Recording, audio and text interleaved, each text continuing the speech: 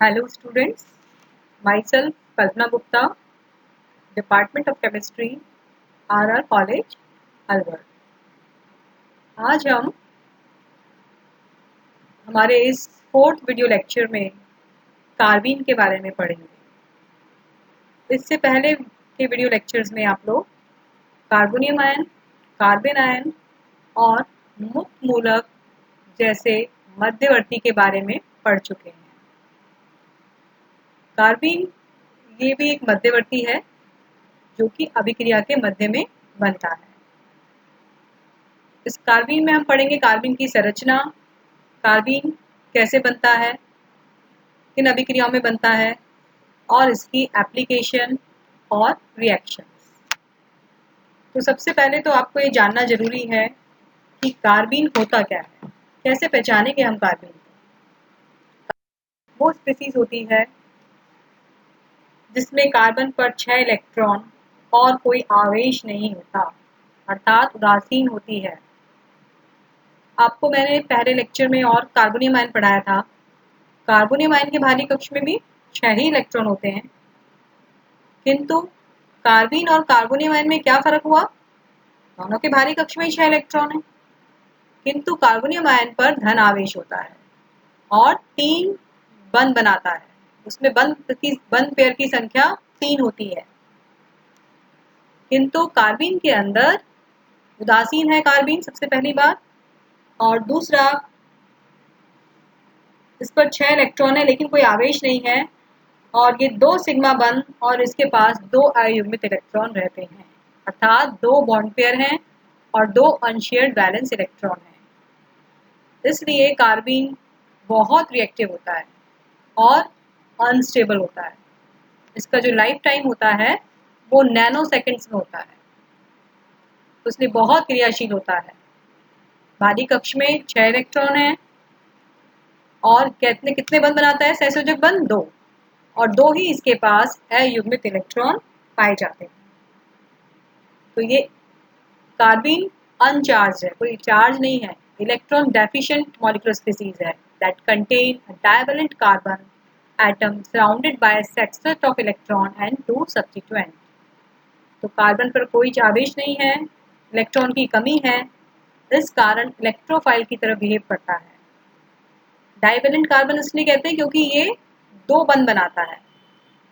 तो 2 प्रतिस्थापित समूह लगे हो सकते हैं, H होगा, H भी हो सकते हैं, कोई R भी हो सकता है, कोई हेलोजन भी हो सकता है, CCl2 तो हो जाएगा डाइक्लोरोकार्बीन। कार्बीन जो है मुख्यतः क्योंकि इसके पास 2 अनपेयर्ड इलेक्ट्रॉन है इसलिए 2 प्रकार की होती है कार्बीन, सिंगलेट कार्बीन और ट्रिपलेट कार्बीन। नीचे आप चित्र में देख रहे हैं सिंगलेट कार्बीन। इसमें कार्बन का संकरण sp2 होता है तथा 2 इलेक्ट्रॉन अबंधी इलेक्ट्रॉन युग्म के रूप में उपस्थित रहते हैं। आप देख रहे हैं कि 3 sp2 कक्षक हैं। एक sp2 कक्षक ने एक हाइड्रोजन के साथ, दूसरे sp2 कक्षक ने दूसरे हाइड्रोजन के साथ बंध बनाया हुआ है और तीसरा जो sp2 कक्षक है उसमें 2 अनशेयर्ड इलेक्ट्रॉन जो कि बंधन में भाग नहीं लिया वो उसमें उपस्थित रहते हैं और एक खाली p कक्षक आपको दिखाई दे रहा है। तो 2 इलेक्ट्रॉन हैं जो कि sp2 कक्षक में उपस्थित हैं। इस प्रकार से भारी कक्ष में 6 इलेक्ट्रॉन हो जाते हैं। तो यहाँ जो टोटल स्पिन है यौगिक का, कार्बीन का, वो हो जाता है 0 और बॉन्ड एंगल यहाँ पर हाइड्रोजन हाइड्रोजन के बीच में जो बॉन्ड एंगल है वो रहता है 102 डिग्री, क्योंकि जो sp2 कक्षक के अयुग्मित इलेक्ट्रॉन हैं वो इन बंधित कार्बन और हाइड्रोजन के बॉन्डेड पेयर में रिपल्शन लगाते हैं। उसकी वजह से दोनों बॉन्ड थोड़े दब जाते हैं और बॉन्ड एंगल 120 ना होकर कितना हो जाता था यहाँ पर 102 डिग्री, अर्थात बैंड स्ट्रक्चर रहता है। यहाँ पर संकरण sp2 होते हुए भी ट्राइगोनल प्लेनर स्ट्रक्चर नहीं है, क्योंकि जो अयुग्मित इलेक्ट्रॉन है जो वो बॉन्डेड इलेक्ट्रॉन पेयर को रिपेल करते हैं, जिससे कि बॉन्ड एंगल घट जाता है और 102 ही रह जाता है। ट्रिपलेट कार्बीन में संकरण दो प्रकार का हो सकता है, sp भी हो सकता है और sp2 भी हो सकता है। इस चित्र में आप देख रहे हैं कि इसमें संकरण sp2 दिखाया गया है। तो एक इलेक्ट्रॉन एक sp2 कक्षक में है और एक इलेक्ट्रॉन p कक्षक में है, जबकि सिंगलेट कार्बाइन में p कक्षक खाली था।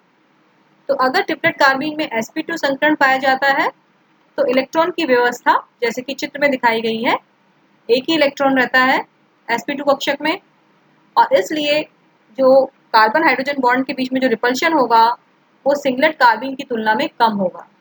इसलिए यहाँ बॉन्ड एंगल 130 से 150 के बीच में रहता है, यानी कि बॉन्ड एंगल ज्यादा रहता है, अर्थात ये दूरी पर रहते हैं। अब हम इनकी बात करें कि हमने कहा कि कार्बाइन उदासीन है, तो उसके लिए आप जान चुके हैं कि हम किसी भी यौगिक को हम कहते हैं या कोई भी स्पीसीज है कि वो उदासीन है या उस पर कोई धन आवेश है या ऋण आवेश है, ये उस डिपेंड करता है कि उस पर नियमनिष्ठ आवेश कितना है, अर्थात फॉर्मल चार्ज कितना है। तो फॉर्मल चार्ज का जो फॉर्मूला होता है वो आपने को याद होगा, मैं दोबारा से आपको बता रही हूँ। Total number of valence electron, जिस स्पीसीज पे हमें फॉर्मल चार्ज देखना है जिस परमाणु पर, तो उसके वैलेंस इलेक्ट्रॉन कितने हैं, या अर्थात वर्ग संख्या minus bond pair, bond pair कितने हैं माइनस अनबॉन्डेड इलेक्ट्रॉन, अयुग्मित इलेक्ट्रॉन की संख्या। तो कार्बन के पास 4 वैलेंस इलेक्ट्रॉन है और 2 बॉन्डेड पेयर हो गए तो -2, और 2 ही इसके पास अयुग्मित इलेक्ट्रॉन है। तो इस तरह से अगर हम गणना करें तो इस पर नियमित आवेश 0 आ जाता है, अर्थात कोई आवेश नहीं है। तो अभी मैंने आपको पढ़ाया कि कार्बाइन 2 प्रकार की होती है। तो अब हम इनके बारे में और अध्ययन करेंगे, इनकी संरचना के बारे में, इनके स्पिन के बारे में, कार्बाइन, सिंगलेट और ट्रिपलेट के बारे में। तो ट्रिपलेट कार्बाइन ज़्यादातर स्थायी रहती है गैसीय अवस्था में, जबकि सिंगलेट कार्बाइन मुख्यतः जलीय माध्यम में पाई जाती है। Triplet carbene are generally stable in gaseous state, while singlet carbene occur more often in aqueous media. Singlet carbene जैसे पहले भी आपको बताया कि इसका संकरण sp2 होता है और जो 2 इलेक्ट्रॉन होते हैं वो sp2 कक्षक में ही पाए जाते हैं। ये ट्रिपलेट कार्बाइन आपको दिखाई गई है, इसकी संरचना मैं आपको पहले बता चुकी हूँ कि एक अयुग्मित इलेक्ट्रॉन sp2 संगृत कक्षक में रहता है और एक अयुग्मित इलेक्ट्रॉन p कक्षक में रहता है। इसके अलावा ट्रिपलेट कार्बाइन का संरचना sp हाइब्रिडाइज भी हो सकती है। जब sp हाइब्रिडाइज होगा तो 2 sp कक्षक बनेंगे जो कि हाइड्रोजन के साथ बॉन्डिंग करेंगे और बॉन्ड एंगल 180 डिग्री होगा, और जो 2 असंकृत p कक्षक बचेंगे उसके अंदर एक इलेक्ट्रॉन रहेगा विद पैरेलल स्पिन py और pz ऑर्बिटल। तो यहाँ पर ट्रिपलेट कार्बाइन की ज्योमेट्री रहेगी लीनियर, और ऐसी कार्बाइन का मैग्नेटिक मोमेंट भी होता है, और यहाँ इसका टोटल स्पिन हो जाता है 1, क्योंकि इलेक्ट्रॉन अलग अलग कक्ष में हैं। तो एक इलेक्ट्रॉन का स्पिन हो गया हाफ प्लस हाफ, दूसरे का भी प्लस हाफ, तो टोटल स्पिन हो जाएगा 1। इसलिए ये अनुचुंबकीय होता है, इसको डाई रेडिकल भी बोलते हैं। ट्रिपलेट कार्बाइन को हम डाई रेडिकल भी बोलते हैं, और इसको हम ESR स्पेक्ट्रोस्कोपी से इसको ऑब्जर्व कर सकते हैं। जबकि sp2 जो संकरण अगर ट्रिपलेट कार्बाइन में अगर पाया जाएगा तो वहां स्ट्रक्चर होगा बैंड। तो इस तरह से सिंगलेट स्टेट और ट्रिपलेट स्टेट के कुछ कैरेक्टरिस्टिक हैं। Singlet state, it is a carbocation like in nature, trigonal planar geometry, electrophilic character. तो सिंगलेट कार्बाइन कार्बोकैटायन की जैसे होती है नेचर के अंदर, क्योंकि इसके बाहरी कक्ष में भी 6 इलेक्ट्रॉन हैं। इलेक्ट्रोफिलिक बिहेव करेगी क्योंकि इसके पास इलेक्ट्रॉन की कमी है। स्ट्रक्चर इसका प्रॉपर ट्राइगोनल प्लेनर नहीं होता, बैंड स्ट्रक्चर होता है। सिंगलेट कार्बाइन जो है पार्टिसिपेट करती है कुछ रिएक्शंस हैं, नेम रिएक्शंस हैं ये, सिग्माट्रोपिक रिएक्शंस, फिलोट्रोपिक रिएक्शंस, जिसमें ये एज ए इलेक्ट्रोफाइल भी काम कर सकता है और एज ए न्यूक्लियोफाइल भी काम कर सकता है। ट्रिपलेट स्टेट, क्योंकि इसमें 2 अनपेयर्ड इलेक्ट्रॉन हैं अलग अलग कक्षकों में है, तो इसलिए ये डाई रेडिकल नेचर में कहलाती है। अगर sp संकरण है तो लीनियर ज्योमेट्री होती है, और अगर इसका संकरण sp2 है तो बैंड स्ट्रक्चर होती है। Triplet carbene have to go through an intermediate with 2 unpaired electrons, जबकि singlet carbene can react in single concerted step. अगर इसकी अभिक्रिया जब होती है कार्बीन की, तो ट्रिपलेट कार्बीन जब किसी भी अभिक्रिया में अभिक्रिया करेगी तो 2 पदों में होगी, जबकि सिंगलेट कार्बीन एक ही पद में अभिक्रिया करेगी। अब हम बात करते हैं कार्बीन के बाद इसकी स्टेबिलिटी के बारे में। आपने 2 तरह की कार्बीन पढ़ी, सिंगलेट और ट्रिपलेट। तो सिंगलेट कार्बीन जो ऐसे आपको पढ़ा है, उसका स्ट्रक्चर मैंने ऊपर लिखा है CH2, और हम कैसे रिप्रेजेंट करते हैं इसको, एक इलेक्ट्रॉन का डायरेक्शन ऊपर, एक इलेक्ट्रॉन का नीचे, जो ये शो करता है कि दोनों इलेक्ट्रॉन एक ही ऑर्बिटल के अंदर हैं। और बॉन्ड एंगल इसमें कितना रहता है, 103।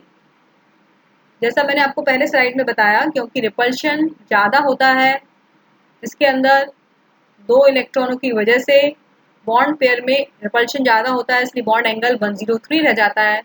तो जो कार्बीन है वो थोड़ी कंप्रेस हो जाती है, इसलिए वो हाई एनर्जी की हो जाती है और इसकी स्टेबिलिटी कम होती है, यानी कि ट्रिपलेट कार्बीन सिंगलेट से ज़्यादा स्थायी होती है।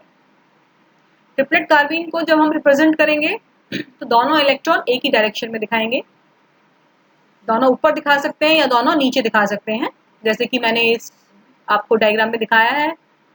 बॉन्ड एंगल 180 होता है sp हाइब्रिडाइज्ड है तो, और अगर sp2 हाइब्रिडाइज्ड है तो भी बॉन्ड एंगल ज़्यादा होता है, 103 से 130 से 150 डिग्री के बीच में होता है, तो इसलिए यहाँ पर रिपल्शन कम होता है। तो ट्रिपलेट कार्बीन लो एनर्जी की रहती है और इसलिए इसकी स्टेबिलिटी ज़्यादा होती है। तो कुल मिलाकर ट्रिपलेट कार्बीन 10 किलो जूल प्रति मोल सिंगलेट कार्बीन से ज़्यादा स्थायी है। किंतु सबसे इंटरेस्टिंग और जो नोट करने वाली बात है कि अगर जो प्रतिस्थापित समूह है कार्बीन में, अगर वो हैलोजन हो, मैंने लिखा है इफ CH2 कार्बीन अगर डाई हेलो कार्बीन है, तो उस स्थिति में singlet carbene will be more stable then triplet. तब सिंगलेट कार्बीन का स्थायित्व ट्रिपलेट कार्बीन से ज़्यादा हो जाएगा। क्यों? ये बहुत इंटरेस्टिंग है, क्योंकि अभी तो मैंने कहा कि ट्रिपलेट कार्बीन ज़्यादा स्थायी है सिंगलेट से, अभी जो हमने पहले पढ़ा, लेकिन अगर ये कार्बीन के प्रतिस्थापित समूह H या R न होकर हैलोजन होगा, तो उस स्थिति में सिंगलेट कार्बीन ज़्यादा स्थायी होगी ट्रिपलेट कार्बीन से, बिकॉज ऑफ बैक बॉन्डिंग।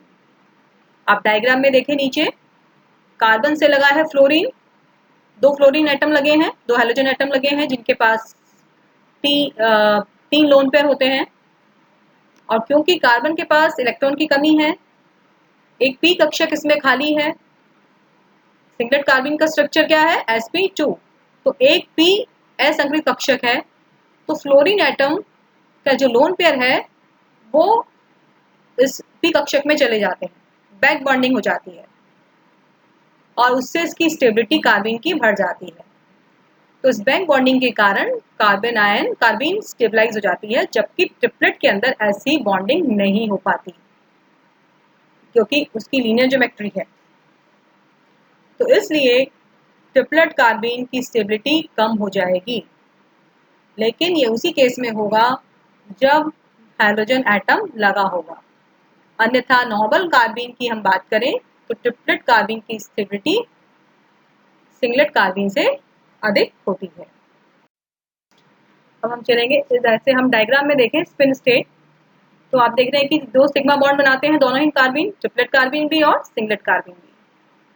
तो नीचे सिग्मा बॉन्ड में 2 इलेक्ट्रॉन हमने दिखाए हुए हैं, और ट्रिपलेट कार्बीन का हमने संकरण लिया है sp2, और सिंगलेट कार्बीन का भी हमने संकरण sp2, दोनों का संकरण हम sp2 ही कंसिडर कर रहे हैं। तो जब sp2 संकरण होता है तो ट्रिपलेट कार्बीन में एक अनपेयर इलेक्ट्रॉन sp2 कक्षक में और एक p कक्षक में रहता है, और सिंगलेट कार्बीन में दोनों इलेक्ट्रॉन ही sp2 कक्षक में रहते हैं। तो हुंस रूल के अकॉर्डिंग ट्रिपलेट कार्बीन ज़्यादा स्थायी हुई और इसका स्ट्रक्चर हो गया बैंड। अब इसको हम ट्रिपलेट कार्बीन क्यों कहते हैं? क्योंकि स्पिन है हाफ, अनपेयर्ड इलेक्ट्रॉन है दो अलग अलग कक्षकों में, तो स्पिन कितना हो जाएगा? Plus half equal to 1। यानी कि अगर हम स्पिन मल्टीप्लिसिटी निकालें तो उसका फॉर्मूला होता है 2s प्लस 1। s बराबर 1 हो गया तो स्पिन मल्टीप्लिसिटी 3 हो गई, इसलिए हम इसे कहते हैं ट्रिपलेट कार्बीन। जबकि सिंगलेट कार्बीन में दोनों अयुग्मित इलेक्ट्रॉन sp2 कक्षक में ही पाए जाते हैं।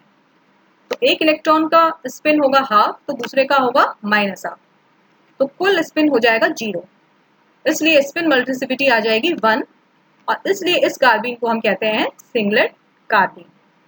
तो स्टूडेंट्स, आई थिंक आप लोगों को ट्रिपलेट कार्बीन और सिंगलेट कार्बीन का स्ट्रक्चर, उसकी स्टेबिलिटी और उसमें अयुग्मित इलेक्ट्रॉन की व्यवस्था समझ में आ गई होगी।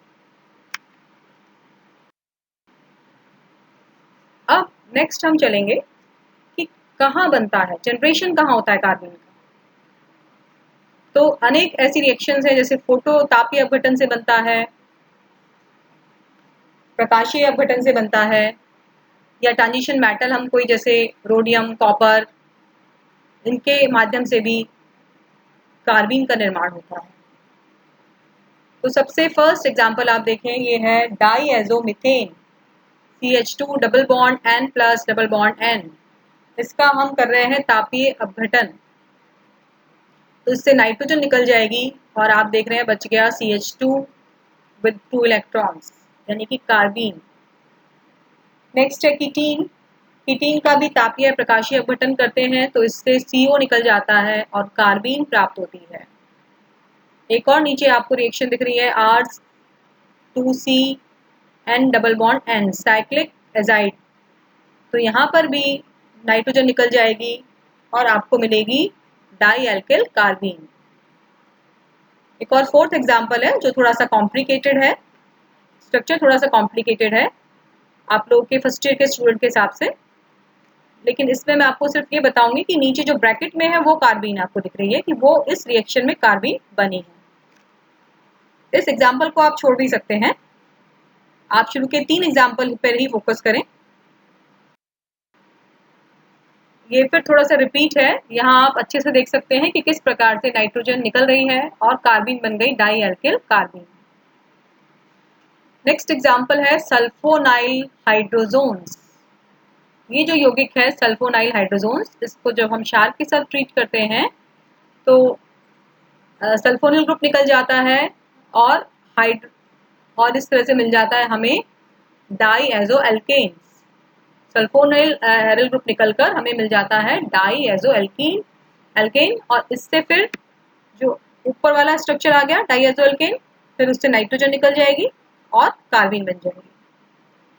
इसके अलावा सबसे इम्पॉर्टेंट रिएक्शन है जो पॉलीहेलोजन कंपाउंड्स हैं, उनको जब हम क्षार के साथ ट्रीट करते हैं तो अल्फा एलिमिनेशन होता है।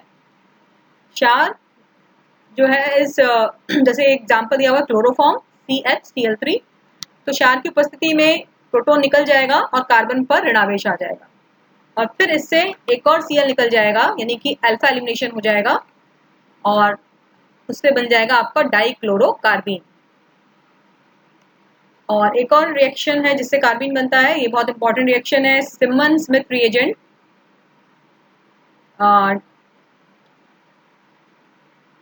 ये है डाई आयोडो मिथेन। इसको जब हम मेटल जिंक के साथ ट्रीट कर रहे हैं तो जिंक आयोडाइड बन जाएगा और कार्बीन। तो ये है सिमन स्मिथ रिएक्शन जिसमें डाई हेलो कंपाउंड्स को हम जिंक मेटल के साथ ट्रीट करते हैं।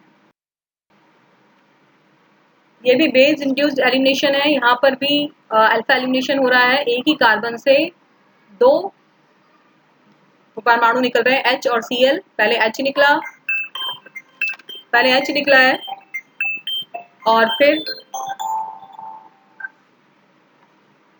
Cl निकल गया और इस तरह से डाई एल्किल कार्बीन आपको प्राप्त हो गई। नीचे जो एग्जाम्पल है उसे हम डिस्कस नहीं करेंगे। और वॉल्फ जो रीअरेंजमेंट है, ये आप लोग अभी एल्कीन में पढ़ेंगे, तो वॉल्फ रीअरेंजमेंट है उसके अंदर भी कार्बीन मध्यवर्ती के रूप में बनता है। आपको ब्रैकेट में दिखाया हुआ है, जो ब्रैकेट में दिखाया हुआ है वो कार्बीन है। आप पहचान सकते हैं कि सी, ये देखिए सी पर 2 इलेक्ट्रॉन है और 2 इसने बंद बनाए हुए हैं, तो उस प्रकार से ये स्पीसीज है कार्बीन। स्ट्रक्चर कैसा भी हो, आपको सिर्फ ये देखना है कि कार्बन से 2 बॉन्ड पेयर हो और 2 अयुग्मित इलेक्ट्रॉन कार्बन के पास हो। समूह उससे कोई भी लगे हो सकते हैं, आर भी लगा हो सकता है, कोई बड़ा समूह भी लगा हो सकता है, कोई हेलोजन भी लगा हो सकता है, लेकिन वो कार्बीन होगी। अगर उसके बाहरी कक्ष में 6 इलेक्ट्रॉन है, कोई आवेश नहीं है,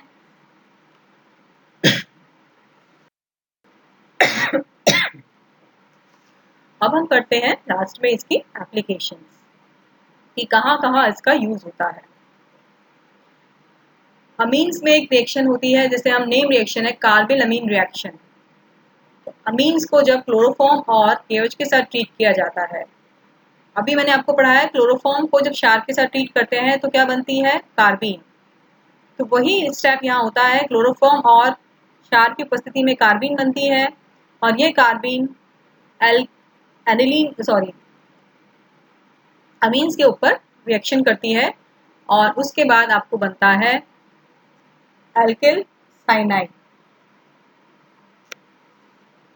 एल्किल आइसोसाइनाइड बनता है। दूसरी है विटिंग रिएक्शन, इसमें ट्राइफेनल फास्फोरस और कार्बन की अभिक्रिया होती है और इसके फलस्वरूप हमें फाइनल प्रोडक्ट साइक्लिक एल्कीन मिलते हैं। इसके अलावा एलीन्स भी बनाई जाती हैं इससे। आप देख रहे हैं C double bond C plus carbene, तो पहले तो पाई बॉन्ड के अंदर इसका एडिशन हो गया कार्बीन का, उसके बाद सोडियम और ईथर की उपस्थिति में इसमें पुनर्विन्यास हो जाता है और बन जाती है एलीन। नेक्स्ट है राइमर-टेमर रिएक्शन, डाइक्लोरोकार्बीन यहाँ पर मध्यवर्ती के रूप में बनती है। यहाँ आपका है फिनॉल, फिनॉल पर हम अभिक्रिया करा रहे हैं क्लोरोफॉर्म और जलीय KOH की, तो क्लोरोफॉर्म और जलीय KOH की अभिक्रिया से डाइक्लोरोकार्बीन बनेगी और ये डाइक्लोरोकार्बीन फिर फिनॉल पर अभिक्रिया करेगी और अंत में जो उत्पाद बनेगा फिनॉल के साथ ऑर्थो समूह पर एल्डिहाइड ग्रुप आ जाएगा। तो इस तरह से प्रोडक्ट बन जाएगा सैलिसैल्डिहाइड। ओवरऑल इस रिएक्शन को हम कहते हैं राइमर-टेमर रिएक्शन। जबकि अगर हम अमीन के साथ रिएक्शन कराते हैं क्लोरोफॉर्म NaOH की, तो वो रिएक्शन का नाम मैंने आपको बताया था अभी,